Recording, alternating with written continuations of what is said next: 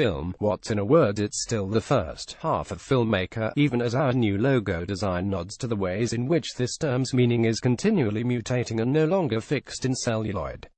But, as Jonah Vicente, executive director of IFP Filmmakers publisher and Made in New York Media Center notes, it's been dropped this year from the name of IFP's signature event, which begins today through September 21 in Brooklyn.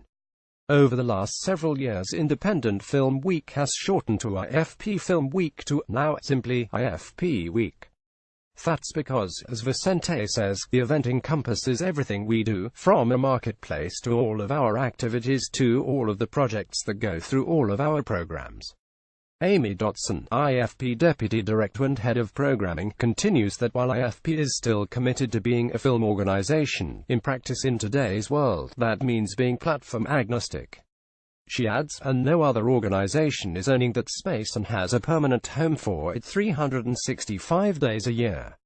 IFP Week this year consists of today's opening day talks presented by This Magazine at Brick with Barry Jenkins, Adele Romansky, the Safdie brothers, Dee Reese and more, a 3-day screen forward conference, a Meet the Decision Makers Day providing filmmakers access to agents, festival programmers, distributors and more, the Project Forum, where buyers, financiers and producers connect to new projects, a showcase of work from the IFP labs and free, open to other public VR and gallery exhibits.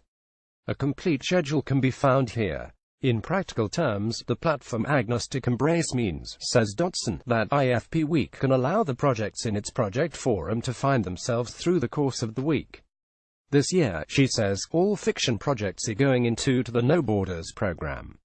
And we took all the labels off. There's no higher low and no emerging. So filmmakers won't just be meeting other indie filmmakers, they'll be meeting series and VR creators too. You know, sometimes a project thinks they are a fiction film, but they are actually a series, a feature doc, a game, and a VR project. This year, in fact, IFP can point to its first No Borders project that won the Best Picture Oscar, Barry Jenkins' Moonlight. IFP was the only organization to touch that project before it premiered, says Dotson. The Screen Forward Conference, with its programs devoted to not just film but web series and podcasts, reflects this platform agnosticism also. Speakers include Senkuga of the Politics and News web series Young Turks, Julie Klausner of the Hulu series Difficult People, and Blair Beard, a producer whose CV spans classic independent features like I Shot Andy Warhol to, more recently, Horace and Pete and Better Things. So too to the array of funders attending the No Borders and Spotlight on Docs program, which include the traditional theatrical buyers as well as all the agencies and multiple high-level reps from today's deep-pocketed buyers, Netflix, Amazon and Hulu.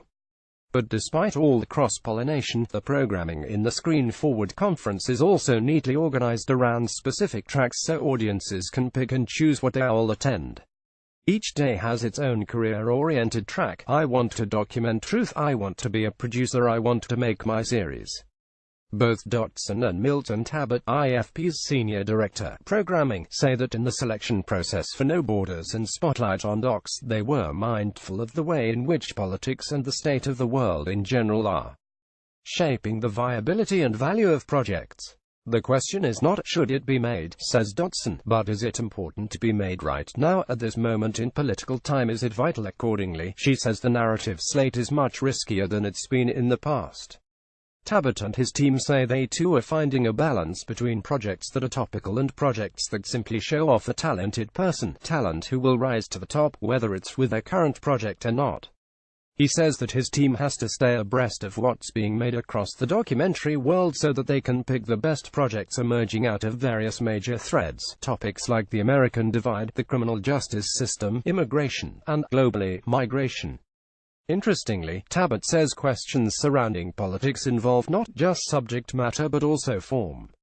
What's the proper format to respond within this new political landscape, he asks. Documentary can encompass feature film, viral video, web series, podcasts and more. Let's say you're intrigued by the next election cycle. Should you make a feature or a series? Or would your project need to be something that could go more viral? It's a challenge for filmmakers who are working within the news cycle. As prominent as political stories are, Tabbitt says, people also want divergence. He cites one particularly hot property, the Emoji Project, that has early buyer interest. New media also has a place at IFP Week, including free public exhibitions of VR from The Guardian as well as My Name is Peter Stillman, a VR piece from the Space and 59 Productions based on Paul Auster's The New York Trilogy. The economic and artistic impact of IFP Week is huge, says Vicente, in terms of the relationships and partnerships that are created. We connect people to the industry, and our programmers find projects that can get made, have an impact, reach audiences, and launch careers. We enable what is to come.